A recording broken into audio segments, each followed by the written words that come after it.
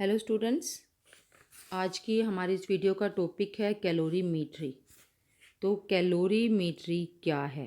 सबसे पहले आपको ये पता होना चाहिए कैलोरीमेट्री क्या है और इसका यूज़ क्या है, क्यों हम इसे पढ़ रहे हैं, क्यों हम इसे आपको पढ़ाया क्यों जा रहा है, आपको क्यों समझाया जा रहा है कि कैलोरीमेट्री क्या है, ये आपको पता होना ज़रूरी है। ठीक है। हम जानते हैं कि हमारी जो केमिकल रिएक्शंस हैं उनमें काफ़ी सारे एनर्जी चेंजेस होते हैं। जब भी हम केमिकल रिएक्शंस की तरफ देखते हैं अपनी, हमारी लेबोरेटरी में केमिकल रिएक्शंस हो रही हैं या डेली लाइफ में भी हम काफ़ी सारे केमिकल रिएक्शन के एग्जांपल देखते हैं। केमिकल रिएक्शंस हो रही हैं तो दो टाइप से हम उसमें एनर्जी चेंजेस देखते हैं। ठीक है। केमिकल रिएक्शंस में एनर्जी जो है कहाँ पर होती है स्टोर? केमिकल रिएक्शन में एनर्जी आती कहाँ है? हमें पता है कि केमिकल कंपाउंड्स यानी कि जो रिएक्टेंट्स हैं, केमिकल रिएक्शंस में पार्टिसिपेट कौन कर रहा है? उसमें पार्टिसिपेट कर रहे हैं रिएक्टेंट्स। ठीक है। और रिएक्टेंट्स जो हैं उनमें क्या है? उनमें बॉन्ड्स हैं और बॉन्ड्स में क्या है? एनर्जी है। हर बॉन्ड में कुछ एनर्जी है जिसको कि बॉन्ड एनर्जी कहते हैं। जब भी केमिकल रिएक्शंस होती हैं तो हमें पता है कि जो रिएक्टेंट्स हैं, रिएक्टेंट्स के बॉन्ड्स ब्रेक होते हैं। ठीक है। और कुछ नए बॉन्ड्स बनते हैं किसमें? प्रोडक्ट्स में। प्रोडक्ट्स के बॉन्ड बनते हैं। ठीक है। तो एनर्जी चेंजेस जो होंगे ना, वो क्यों होंगे? अगर जो रिएक्टेंट्स के बॉन्ड थे उनकी एनर्जी ज़्यादा थी और प्रोडक्ट्स के बॉन्ड्स की एनर्जी कम थी, तो क्या होगा? जो एक्स्ट्रा एनर्जी थी रिएक्टेंट्स के बॉन्ड्स में वो रिलीज हो जाएगी, हीट प्रोड्यूस हो जाएगी। लेकिन अगर जो प्रोडक्ट्स हैं, प्रोडक्ट्स के बॉन्ड्स की एनर्जी रिएक्टेंट्स के टोटल एनर्जी से ज़्यादा है, तो कहाँ से आएगी वो एनर्जी? एनर्जी तो क्रिएट नहीं हो सकती है। एनर्जी या तो आपको सप्लाई करनी पड़ेगी या जो रिएक्टेंट्स हैं वो अपनी सराउंडिंग से ले लेंगे प्रोडक्ट्स बनाने के लिए। प्रोडक्ट्स तो बनाने हैं ना, और प्रोडक्ट्स को एनर्जी ज़्यादा चाहिए, रिएक्टेंट्स के पास कम है। तो क्या होगा? आपको अगर कुछ खरीदना है, आपके उसके लिए जितना अमाउंट चाहिए आपके पास उतना नहीं है, कम है, तो आप क्या करोगे? कहीं से लोगे ना, अपने पेरेंट्स से लोगे या अपने फ्रेंड्स से लोगे। तो यहाँ पर रिएक्टेंट्स क्या करते हैं? रिएक्टेंट्स जो हैं अपनी सराउंडिंग से लेते हैं या फिर हम उन्हें सप्लाई करते हैं। ठीक है। तो यहाँ पर यानी क्या क्या हुआ? वहाँ पर हुई हीट एब्जॉर्ब। तो जब भी ऐसा होता है when total energy of reactants, जो रिएक्टेंट्स की जो टोटल बॉन्ड एनर्जी है that is greater than bond energy of total bond energy of products, तो क्या होगा? Heat is released. ठीक है। और ऐसी केमिकल रिएक्शंस को क्या कहते हैं हम? Exothermic reactions. ओके। अगर रिएक्टेंट्स की टोटल बॉन्ड एनर्जी प्रोडक्ट्स की बॉन्ड एनर्जी से ज़्यादा है तो क्या होगा? हीट रिलीज होगी and such reactions are exothermic reactions. ये मैं आपको सिंप्लीफाई करने के लिए इसको बता रही हूँ, ये एग्जांपल मैंने ऐसा लिया है। ठीक है। एकदम एग्जैक्ट नहीं है ये, क्योंकि मुझे ज़्यादा डिटेल में नहीं जाना है। मुझे सिर्फ आपको आइडिया देना है कि हम कैलोरीमेट्री पढ़ रहे हैं। कैलोरीमेट्री में मैं एनर्जी चेंजेस की बात कर रही हूँ। तो एनर्जी चेंजेस जो हैं केमिकल रिएक्शंस में किस किस टाइप के एनर्जी चेंजेस होते हैं, उसके लिए मैंने आपको जस्ट एक इंट्रोडक्शन दिया है, ये एक एग्जांपल दिया है, इंट्रोडक्टरी एग्जांपल। ठीक है। तो अगर रिएक्टेंट्स की एनर्जी प्रोडक्ट्स की एनर्जी से ज़्यादा है then heat is release in form of energy is release in form of heat and such reactions are exothermic reactions. ये तो है फर्स्ट केस। और सेकंड केस क्या है? If energy of reactants is less than energy of total energy of products, then the reactants will require heat. उस case में they will absorb heat. Heat is absorbed and such type of reactions are known as endothermic reactions. Okay. अब हमें ये तो पता चल गया कि ये रिएक्शन एक्सोथर्मिक है, क्योंकि रिएक्शन जो है ना होती है तो वो अपने आप ही पता चल जाता है एक्सोथर्मिक रिएक्शन है या एंडोथर्मिक रिएक्शन है। उसका मैं एक बहुत ही इजी आपको एग्जांपल बताती हूँ डेली लाइफ का। आपने ये 10th क्लास में भी इसके बारे में सुना होगा, नहीं तो आपने हो सकता है कि नोटिस भी किया हो इसको कहीं पर, कि जब किसी घर में वाइट वॉश होती है, ठीक है, वाइट वॉश होती है तो वाइट वॉश में क्या यूज़ किया जाता है? वाइट वॉश में यूज़ किया जाता है चूना, एंड फॉर्मूला ऑफ चूना इज CaO, क्विक लाइम कहते हैं इसको। इसको क्या करता है, सफ़ेदी करने के लिए इसको पानी की एक बकेट भरी हुई होती है, उसमें चूना डाल देते हैं। आप देखते हो कि उसमें से ना धुआं सा निकलना शुरू हो जाता है। उसको अगर लकड़ी से हिलाते हैं, अगर वैसे ही डालते ही धुआं सा निकलना शुरू हो जाता है, क्योंकि उसमें केमिकल रिएक्शन हो रही है और उसमें ये बन रहा है। That is known as slaked lime. Hindi में आपने पढ़ा होगा बिना बुझा हुआ चूना, ये बुझा हुआ चूना है ना। तो काफ़ी सारी हीट प्रोड्यूस होती है, मतलब धुआं सा आपको निकलता हुआ दिखाई देता है उसमें से। अगर आप उस बकेट को टच करोगे हल्का सा बिल्कुल, तो आपको वो एकदम गर्म सी लगेगी और बहुत गर्म हो जाता है टेम्परेचर। आप उसके अंदर हाथ डालोगे तो ऐसा हो जाएगा कि हाथ जल जाएगा जैसे। तो यहाँ पर क्या हुआ है, यानी कि हीट प्रोड्यूस हुई है। ठीक है, तो हमें पता चल गया ये एक्सोथर्मिक रिएक्शन है। ऐसे ही कुछ रिएक्शंस होती हैं जो एंडोथर्मिक होती हैं, कि रिएक्शन जो है ना हो रही है और जो टेम्परेचर है, आप जहाँ पर आपने हाथ लगाया तो गर्म लगा आपको, वेसल या कंटेनर जिसके अंदर की रिएक्शन हो रही थी आपको वो गर्म लगा। लेकिन कुछ रिएक्शंस ऐसे होती हैं कि आप उसको छूओगे ना कंटेनर को थोड़ी देर के बाद, तो आपको ठंडा लगेगा, उसका टेम्परेचर डाउन हो गया। ठीक है, तो वहाँ पर जो सराउंडिंग्स हैं, सराउंडिंग से हीट ली है रिएक्टेंट्स ने, या हम उन रिएक्टेंट अगर हम उनको गर्म कर रहे हैं। कई बार क्या होता है, हमें जो अपना रिएक्शन मिक्सचर है उसको हीट करना पड़ता है। एक्सोथर्मिक रिएक्शन का मैं आपको एक एग्जांपल देती हूँ। ये क्या एग्जांपल है, ये है एक्सोथर्मिक रिएक्शन का। ठीक है, अब मैं आपको एंडोथर्मिक रिएक्शन का एक एग्जांपल देती हूँ, कि जैसे अमोनियम क्लोराइड है। अमोनियम क्लोराइड एक सॉल्ट है, जब इसको वाटर में डिजोल्व करते हैं, ये सॉलिड स्टेट में है, इसको जब वाटर में डिजोल्व किया जाता है तो ये हीट इसमें, ये जो है ये एक एंडोथर्मिक प्रोसेस है, एंडोथर्मिक रिएक्शन है। ये एक्वस फॉर्म में कन्वर्ट हो जाएगा। आप सोच रहे होगे कि इसमें तो कोई रिएक्शन हो ही नहीं, ये सिर्फ क्या है, हमने इसका डिजोल्यूशन किया वाटर में। Ammonium chloride in solid form is dissolve in water, तो एक्वस जो इसका सॉल्यूशन बनता है, ये जो प्रोसेस है it is endothermic process, endothermic reaction. ठीक है, तो यहाँ मैंने प्लस हीट दिखाया है, यानी कि हीट प्रोड्यूस हुई है, रिलीज हुई है। यहाँ मैंने माइनस हीट दिखाया, इट मीन्स यहाँ पर हीट यूज़ हुई है, हीट एब्जॉर्ब हुई है सिस्टम में। ठीक है, तो ये एंडोथर्मिक रिएक्शन का एग्जाम्पल हो गया। अब ये जो हम देख रहे हैं, यहाँ पर हमने ये देखा कि हीट प्रोड्यूस हो रही है या हीट रिलीज हो रही है, लेकिन कितनी हीट प्रोड्यूस हो रही है या कितनी हीट रिलीज हो रही है वो हमें पता लगाना है। हमें पता लगाना है कि हीट चेंज हुआ तो हुआ कितना, और वो पता लगाते हैं हम किसकी हेल्प से, कैलोरीमीटर की हेल्प से। And the technique that is used to find the energy changes involved in the chemical reactions. ठीक है, टू फाइंड द, हम सिंपली लिख सकते हैं इसकी definition, calorimetry is the technique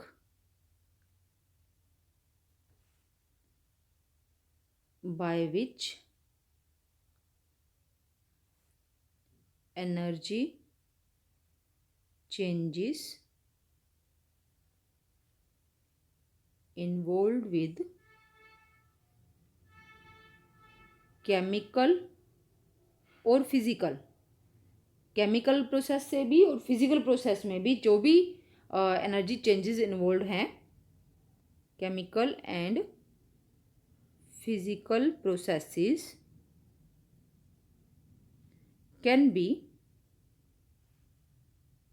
calculated या मेजर्ड, सॉरी कैलकुलेटेड नहीं, मेजर्ड, मेजर कर सकते हैं हम इससे। ठीक है, energy changes involve with chemical and physical processes can be measured, that is calorimetry. And the device used for this purpose, the device used for this purpose is called calorimeter. ठीक है, calorimetry जो है, ये word, ये दो word से मिलकर बना है, calorie plus, calor plus metry. Metry means measurement and calor means heat. ठीक है, तो हीट को मापने वाली जो टेक्निक है उसे कैलोरीमेट्री कहते हैं and the device used is calorimeter. ठीक है, तो अब जो कैलोरीमेट्री है यानी कि to find the technique to measure heat changes या हमने कहा एनर्जी चेंजेस। अब हम देख रहे हैं कि एनर्जी चेंजेस केमिकल रिएक्शंस में जो होते हैं हम उनको किस फॉर्म में नोटिस करते हैं। हम तो उनको ज़्यादातर हीट चेंज की फॉर्म में ही नोटिस करते हैं, हीट प्रोड्यूस हो रही है या हीट एब्जॉर्ब हो रही है। ठीक है, तो हम यहाँ पर मेनली क्या मेज़र करेंगे, हीट चेंज मेज़र करेंगे। हीट एनर्जी चेंजेस जो लिखा हुआ है, heat is also a form of energy, तो हम यहाँ मेनली हीट चेंजेस मेज़र करेंगे। और हीट चेंज जो है हमने पढ़ा दो टाइप का हीट चेंज होता है। One is eight constant volume, एक तो हीट चेंज होता है एट कांस्टेंट वॉल्यूम, है ना, that is represented by Q V, and it is also equal to internal energy change and can be calculated by using formula heat capacity at constant volume into change in temperature। And जो दूसरा है वो हमें क्या पता करना है, heat change at constant pressure and it is denoted by QP which is equal to delta H means enthalpy change and can be calculated by formula heat capacity at constant pressure into change in temperature। तो हम इनको one by one measure करेंगे क्योंकि हमें दोनों चीज़ measure करनी है, internal energy change भी और एंथैल्पी चेंज भी। ठीक है, तो पहले हम देखते हैं heat change at constant volume वो कैसे हम मेज़र करते हैं। इसके लिए हमारे पास एक डिवाइस है जिसे हम कहते हैं बॉम्ब कैलोरीमीटर। बॉम्ब कैलोरीमीटर, इसका नाम ऐसा है, इसमें कोई बॉम्ब यूज़ नहीं हो रहा है। ठीक है, क्योंकि नाम सुन के ऐसा लग रहा है कि क्या इसमें बॉम्ब यूज़ हो रहा है कोई, no no bomb is use, लेकिन हाँ इसका एक पार्ट है जिसको कि बॉम्ब कहा जाता है। ठीक है, and it is used for measuring QV या फिर हम कहें डेल्टा U। और वो जो है डिवाइस वो ऐसी है डिवाइस, आप देखो ये है बॉम्ब कैलोरीमीटर। ठीक है, बॉम्ब कैलोरीमीटर है ये। इसमें क्या है, ये एक कंटेनर है, पूरा स्टील का कंटेनर है ये। ठीक है, this container is made up of steel vessel. इसके अंदर क्या है, इसके अंदर वाटर फिल किया हुआ है सारा, ये वाटर फिल किया हुआ है और वाटर का वॉल्यूम नोन है, वॉल्यूम ऑफ वाटर ये पता होना चाहिए, नोन है ये। ठीक है, पता है ये, लेने से पहले इसके अंदर जब वाटर लिया जाता है उसका वॉल्यूम पता होता है। और दूसरी बात क्या है, इसको ऊपर से सील किया हुआ है, यहाँ से आप देख रहे हो ये सील किया हुआ है। सील किया हुआ मतलब वॉल्यूम चेंज नहीं होगा, कुछ भी मटेरियल निकल कर बाहर नहीं जाएगा, वॉल्यूम चेंज यहाँ पर नहीं होगा। तो पहले से होगा, क्योंकि हम क्या नोट कर रहे हैं, हम नोट कर रहे हैं QV heat change at constant volume, तो उसके लिए वॉल्यूम चेंज नहीं होना चाहिए। So it is sealed at top to restrict the या to prevent the volume change. ठीक है, अब इसके अंदर एक और कंटेनर ये रखा हुआ है, एक और वेसल रखी गई है जिसको कि क्या बोला जाता है, इसको बोला जाता है बॉम्ब। ठीक है, ये है बॉम्ब और ये रखा गया है, सॉरी ये जो ये स्टील वेसल नहीं है, ये है एक्चुअली स्टील वेसल, ये स्टील का बना हुआ है।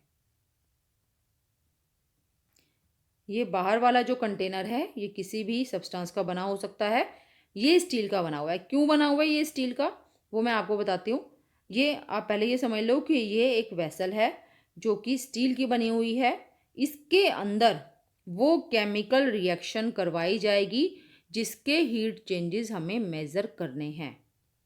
हम हीट चेंज मेज़र करना चाहते हैं बॉम्ब कैलोरीमीटर से, तो बॉम्ब कैलोरीमीटर में ये जो पार्ट है which is known as bomb, यहाँ पर केमिकल रिएक्शन करवाई जाएगी of which we have to find heat changes involve. ठीक है, और इसमें आप देखो ये सैंपल है, सैंपल मतलब ये सब्सटेंस लिया हुआ है और ये हमें यहाँ पर बर्न करना है, हमें जलाना है। ये फॉर एग्जांपल दिया हुआ है ये कि आप कोई सब्सटेंस जला रहे हो, उसमें कितना हीट चेंज हो रहा है आपको वो मेज़र करना है, ठीक है। बॉम्ब कैलोरीमीटर की जब हम बात कर रहे हैं तो हम कोई ना कोई एग्जांपल तो लेंगे ना कि हम कौन सी केमिकल रिएक्शन है जिसके हीट चेंजेस को देख रहे हैं। तो ये दिखाया हुआ कि यहाँ पर हमने कोई सब्सटेंस लिया है जिसको कि हम बर्न करेंगे, और यहाँ बर्न करने के लिए, जलाने के लिए किसी भी चीज़ को रिक्वायरमेंट होती है ऑक्सीजन की, और ये ऑक्सीजन इनलेट है, यहाँ से ऑक्सीजन अंदर आती रहेगी, ठीक है। ऑक्सीजन यहाँ से अंदर जाएगी, और ये है फायरिंग लीड्स, यानी कि फायरिंग स्टार्ट करने के लिए, फायरिंग के लिए ये लीड्स हैं, और यहाँ पर ये सब्सटेंस है, ये जलना शुरू हो जाएगा। अब ये सब्सटेंस जब जलना शुरू हो जाएगा तो टेम्परेचर राइज होगा, इस वेसल का टेम्परेचर बढ़ेगा, ठीक है। अब क्योंकि ये वेसल स्टील की है, मैंने आपको बताया था ना कि मैं अभी बताने वाली हूँ कि स्टील की क्यों बनी हुई है। स्टील है गुड कंडक्टर ऑफ हीट, ठीक है, इसलिए जो भी टेम्परेचर यहाँ पर बढ़ेगा वो टेम्परेचर यहाँ बाहर वाटर को ट्रांसफ़र हो जाएगा, ठीक है। वो हीट, जो भी हीट इस बॉम्ब में, जो कि हमारे कैलोरीमीटर का एक पार्ट है जिसके अंदर की केमिकल रिएक्शन हो रही है, जो भी हीट यहाँ पर प्रोड्यूस होगी या इसको जो चाहिए, ठीक है, वो हीट चेंज कहाँ ट्रांसफ़र हो जाएगा, इस वाटर के पास जो कि बाहर भरा हुआ है कैलोरीमीटर के अंदर। और हमने यहाँ पर यूज़ किया है एक थर्मोमीटर, ये है थर्मोमीटर जो कि इमर्स किया हुआ है, डुबोया हुआ है इस वाटर के अंदर, और वाटर का जो भी टेम्परेचर इंक्रीज़ हुआ वो इस थर्मोमीटर से पता चल जाएगा, और हम उसको मेज़र लिख लेंगे। मान लो पहले था टेम्परेचर T1, ठीक है, और फिर हो गया टेम्परेचर T2, तो हमें डेल्टा T यहाँ से मिल जाएगा T2 माइनस T1। जो ये कैलोरीमीटर है, इस कैलोरीमीटर का हमें हीट कैपेसिटी हमें पता होती है, इट इज़ नोन। ये मैंने आपको पहले ही बताया था, इसकी हीट कैपेसिटी हमें पता होनी चाहिए एट कांस्टेंट वॉल्यूम या कांस्टेंट प्रेशर, जो भी हम एट कांस्टेंट वॉल्यूम ही ले रहे हैं हम, क्योंकि हम ये किस लिए यूज़ कर रहे हैं bomb calorimeter, to measure heat change at constant volume. तो हमें इस बॉम्ब कैलोरीमीटर की heat capacity at constant volume हमें नोन है, तो हम इस फॉर्मूले को यूज़ करके CV इंटू डेल्टा T हम हीट चेंज फाइंड कर लेंगे। लेकिन ये जो हीट चेंज है ये किसका आया, ये हीट चेंज आया किसका, वाटर का, है ना, क्योंकि वाटर में ही तो हमने टेम्परेचर चेंज नोट किया है। लेकिन वाटर के पास, वाटर का जो टेम्परेचर चेंज हुआ वो क्यों चेंज हुआ, क्योंकि यहाँ से हीट इसे मिली। तो जो हीट इसे मिली अगर वो पॉजिटिव में है, वो पॉजिटिव में ही होगी। अगर सिस्टम जो है हीट एब्जॉर्ब करता है तो वो पॉजिटिव में ही होती है ना।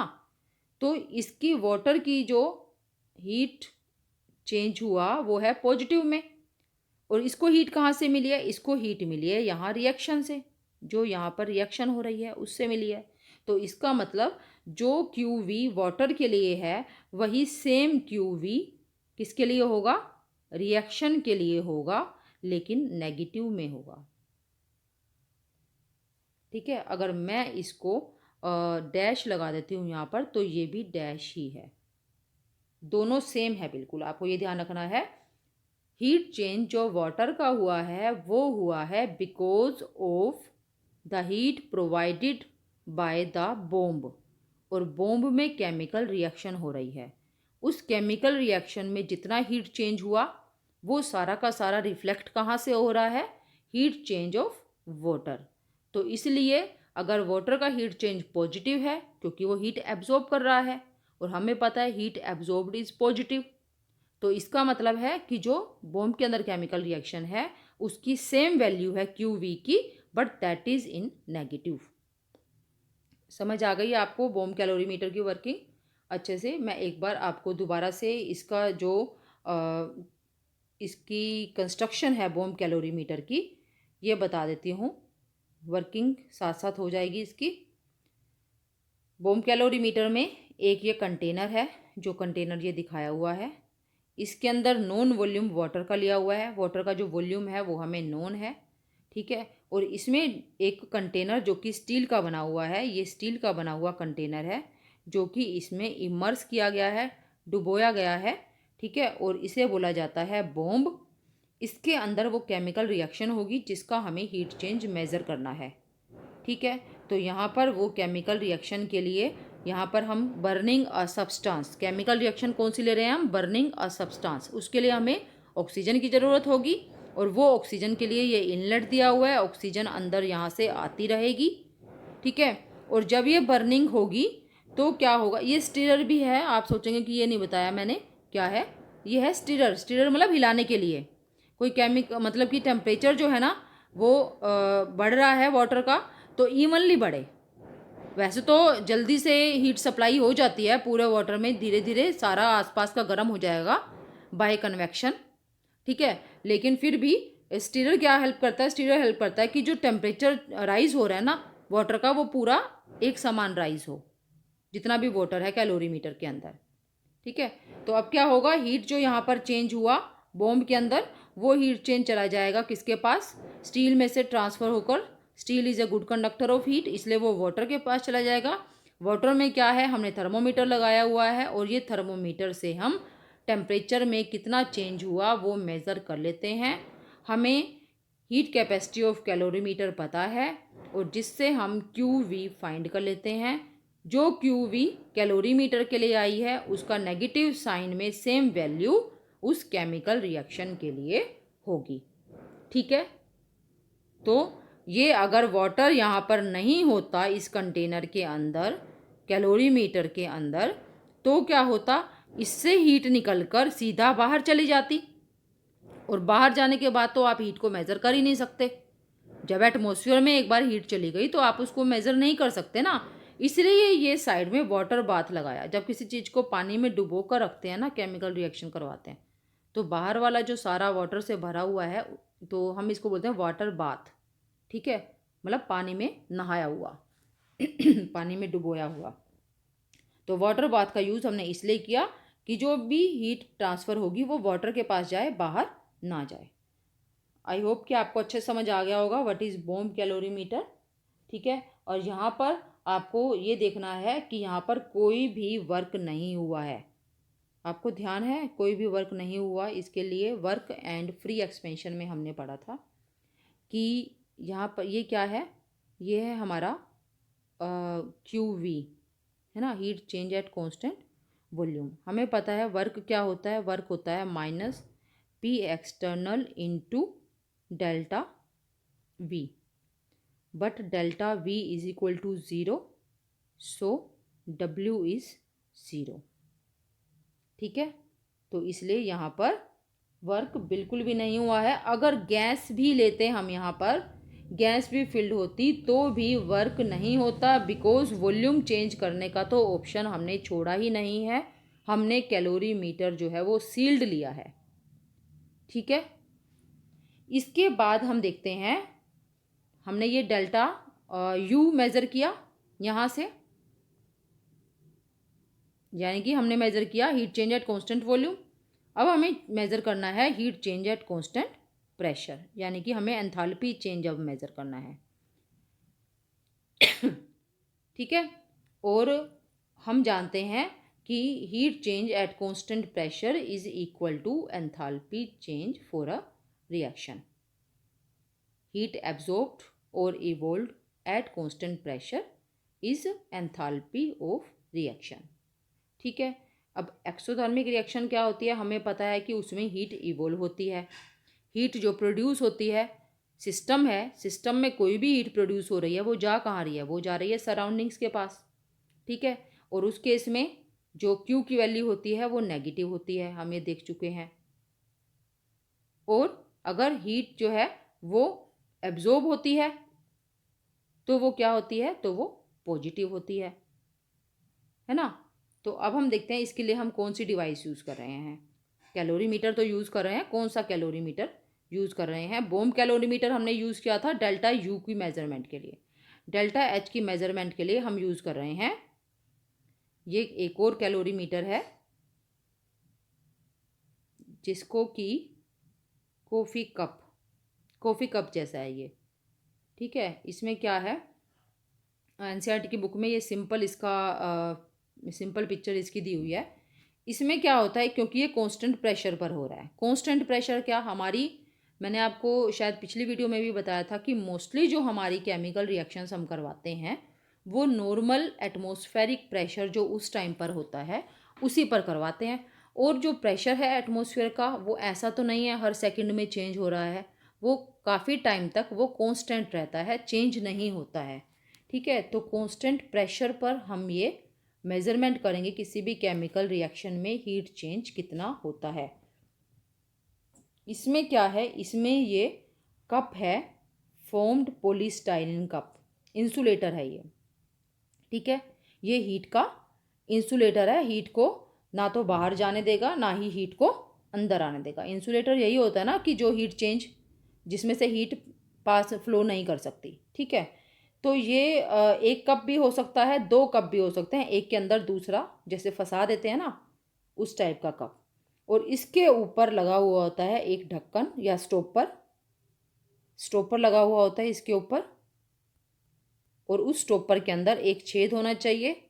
ये स्टॉपर भी इंसुलेटेड है, ठीक है, जो कि हीट फ्लो अपने में से नहीं होने देता। इंसुलेटेड स्टॉपर है, उसके अंदर एक छेद है और इस छेद में हमने क्या लगाया है, थर्मोमीटर। थर्मोमीटर तो बहुत ज़रूरी है टेम्परेचर चेंज मेज़र करने के लिए। क्या है, अब ये दिखाया है सेक्शन आपको इस कप के अंदर का। यहाँ पर रिएक्शन मिक्सचर दिखाया हुआ है, रिएक्शन मिक्सचर फिल किया हुआ है। ठीक है, और अंदर है इसके थर्मोमीटर जो कि टेम्परेचर में क्या चेंज हुआ है वो मेज़र करेगा। कैसे मेज़र करेगा, रिएक्शन मिक्सचर जब हमने डाला तो हमने टेम्परेचर नोट कर लिया, that is T1 is equal to X, कुछ भी हो सकता है। और जब रिएक्शन हो गई तो फिर हमने टेम्परेचर नोट कर लिया। इस तरह से हम टेम्परेचर में होने वाले चेंज को मेज़र कर सकते हैं, T2 माइनस T1। और डेल्टा टी हमारे पास आ गया, हमारे पास कैलोरीमीटर का स्पेसिफिक हीट कैपेसिटी भी है एट कांस्टेंट प्रेशर। इसको डेल्टा टी से मल्टीप्लाई करेंगे, वी विल गेट QP, यानी कि delta H, enthalpy change. Okay, enthalpy change हमारे पास यहाँ पर आ जाएगा। और इस तरह से हम इस कैलोरीमीटर को, जो कॉफ़ी कप टाइप का कैलोरीमीटर है, इसको यूज़ करके हम heat change at constant pressure note कर सकते हैं।